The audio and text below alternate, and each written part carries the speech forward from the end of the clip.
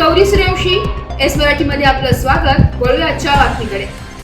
आज जिल्हा परिषद नाशिक शिक्षणाधिकारी डॉक्टर नितीन बच्छाव, उपशिक्षणाधिकारी भास्कर कनोज यांची शिक्षण परिषद शिष्टमंडळाने संजय बबनराव पगार, राज्य सरचिटणीस, महाराष्ट्र राज्य शिक्षक परिषद यांच्या नेतृत्वात समक्ष भेट घेऊन शिक्षकांच्या प्रलंबित मागण्यांचा पाढा वाचलाय।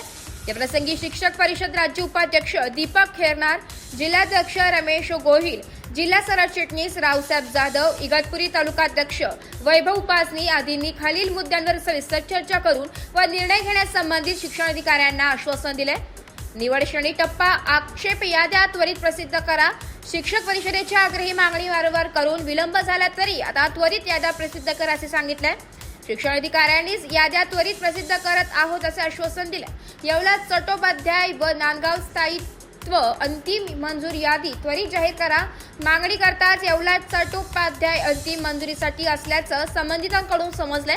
सेवा पुस्तक पडताळणी, एकस्तर वेतन निश्चिती व फरक बिले यापुढे काढताना सेवा ज्येष्ठतेनेच काढणे या संदर्भात स्पष्ट सूचना गटस्तरावर देण्यात याव्या व तसे पत्र काढावे अशी मागणी करण्यात आली आहे। लोकसेवा हमी कायद्याअंतर्गत जिल्हा परिषद कार्यालय समोर त्वरित फलक प्रदर्शित करण्याची मागणीनंतर फलक प्रदर्शित करणार व सर्व गटस्तरावर तसे सूचना दिल्या जाणार असे आश्वासन मिळाले व त्वरित अंमलबजावणी होणार। जिल्हाभरातील पदवीधरांचे प्रश्न निकाली काढा अशी शिक्षक परिषदेने मागणी केली आहे। यात पदवीधरांना वेतन श्रेणी देणे, पदोन्नती संदर्भात चर्चा झाली आहे।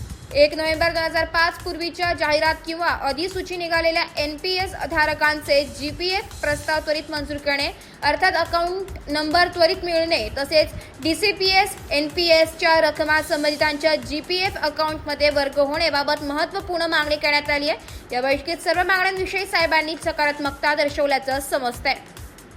एस मराठी न्यूजसाठी प्रतिनिधी भाऊसाहेब पिंगळ, दिंडोरी।